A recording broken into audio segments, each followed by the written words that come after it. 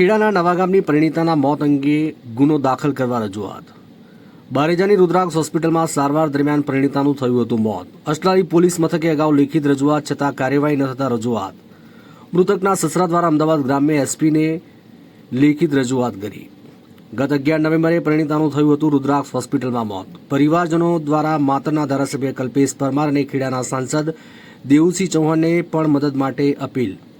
નવાગામ છે સાંસદ દેવુસિંહ ચૌહાણનું છે ગામ। અમારે ન્યાય જોઈએ છે, ન્યાય જોઈએ છે, અમારે ન્યાય જોઈએ છે, ન્યાય જોઈએ છે। ખેડા જિલ્લાના નવાગામ નાનાવાસમાં શ્રદ્ધાબેન ઝાલાના કેસમાં અમારે ન્યાય જોઈએ છે, ન્યાય જોઈએ છે।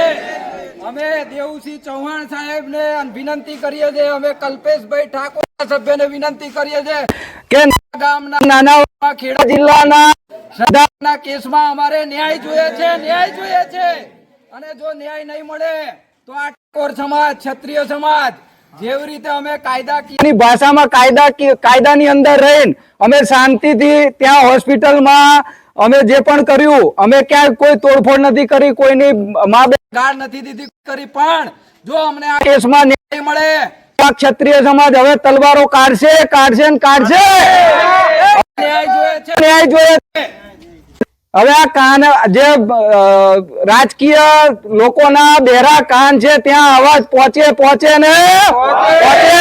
ન્યાય જોઈએ છે, ન્યાય જોઈએ છે। રુદ્રાક્ષ હોસ્પિટલ બારેજા બંધ થાય, પેલો કેસ 5 વર્ષ થયા। રુદ્રાક્ષ હોસ્પિટલના વિપુલ ચાવડાના ગંભીર બેદરકારીના કારણે આજે 5 વર્ષથી હું ભોગવી રહ્યો છું। શ્રદ્ધાબેન ઝાલા એનું મરણ થયું। આવી દીકરીઓ ક્ષત્રિય સમાજના કે કોઈ પણ સમાજના દીકરીઓના ભોગ આ હોસ્પિટલ ના લે, એટલે આ હોસ્પિટલ બંધ થાય એમાં અમારે ન્યાય જોઈએ છે, ન્યાય જોઈએ છે। અને ન્યાય અપાવો। અહીંના જે લોકો ધારાસભ્ય, સાંસદ શ્રી સભ્ય, અહીંના કમિશનર, પોલીસ કમિશનર સાહેબ, સચિવ સાહેબ, સર હર્ષ સંઘવી સાહેબ અને મુખ્યમંત્રી સાહેબ અમને ન્યાય અપાવો, નહીં તો આ ન્યાય માટે અમે તલવારો ઝાલવાન થશે, પકડીશું અને ફરી અમને કાયદાકીય એમાં ના લેતા।